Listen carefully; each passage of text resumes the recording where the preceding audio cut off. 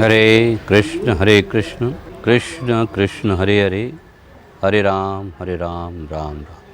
गुरुदेव श्री प्रभुपाद जी की जय हो। श्री श्री राधा कुंज बिहारी की जय हो। श्री श्री गौर निताई की जय हो। तो इस तरह से जो सांख्य योग का प्रथम भाग हमने सुना है, उसी का द्वितीय जो है भाग है, उसके बारे में श्री प्रभुपाद जी बड़े सुंदर ढंग से समझाते हैं।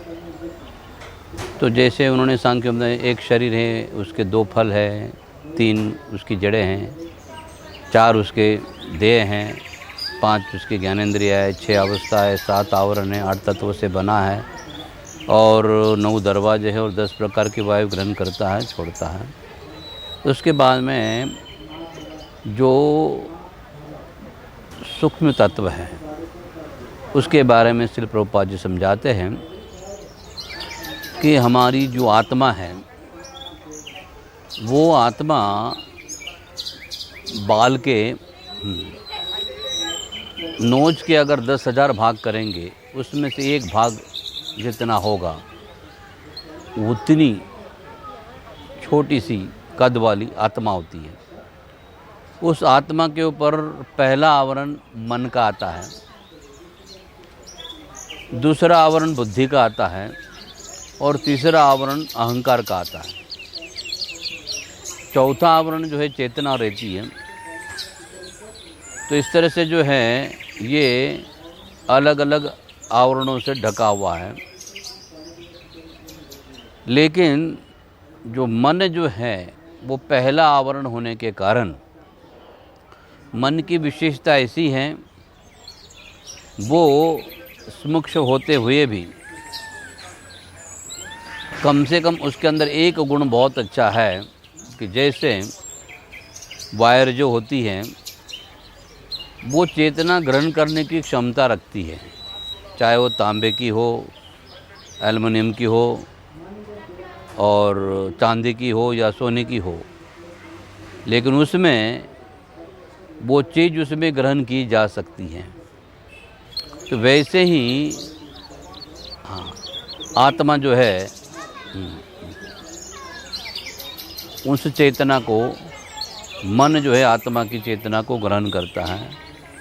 और जी तो जब मन आत्मा की चेतना को ग्रहण करती है तो उसके बाद में वो चेतना हृदय को देती है और हृदय के अंदर में जब संचालन हो जाता है रक्त का, तो रक्त में जो धातु होती है लोह, तो लोह तत्व के माध्यम से वो पूरे शरीर में फैल जाती है। तो आत्मा केवल एक जगह में है, हृदय में, और मन भी आत्मा के ऊपर का पहला आवरण है। जैसे आदमी पहले बनियान पहनता है, उसके बाद में कमीज पहनता है और उसके बाद में कोट पहनता है, वैसे आत्मा ने पहले बनियान मन की, उसके बाद में दूसरा आवरण बुद्धि का है, कमीज की तरह है, और तीसरा आवरण अहंकार का कोट की तरह है।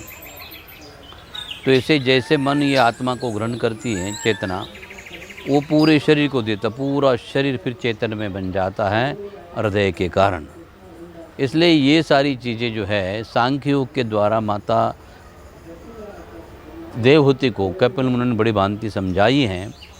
और फिर बुद्धि क्या करती है? बुद्धि के 3 काम हैं।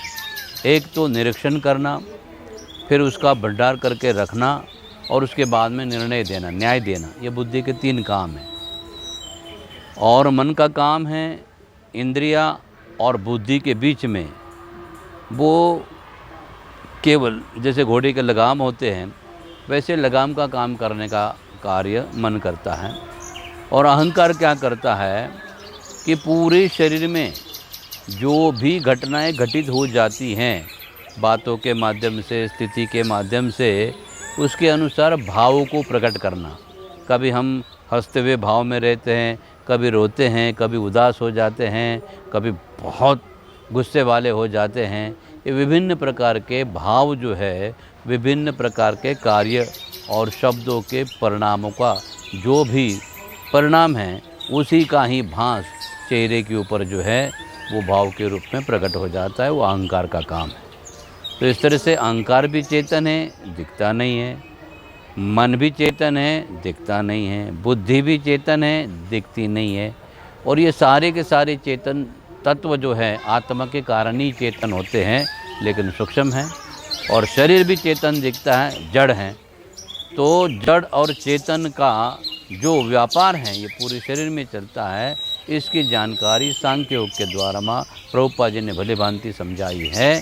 और इसलिए ये विषय जो है ज़्यादातर सुनने को नहीं मिलते हैं। इसलिए ये विषय आपके लिए बड़ा नया लगेगा, अनोखा लगेगा, लेकिन प्रभुपाद जी ने केवल वास्तविकता को ही प्रकट किया है। और जितनी भी वास्तविकता है तो कहते हैं कि जो नई चीज़ दिखती है लेकिन आधार स्वरूप है। जैसे सारे जगत को भगवान का आधार है, दिखता नहीं है। शरीर को आत्मा का आधार है, दिखती नहीं है। और जो घर होता है, मकान होता है, उनको भी आधार होता है, उनकी बुनियादी होती है। तो इस तरह से कोई भी व्यक्ति समझ सकता है कि बिना आधार के कोई भी नहीं है। धरती के ऊपर हमको रहना है तो धरती का आधार चाहिए। तो सारे चीज़ को किसी न किसी चीज़ का आधार है।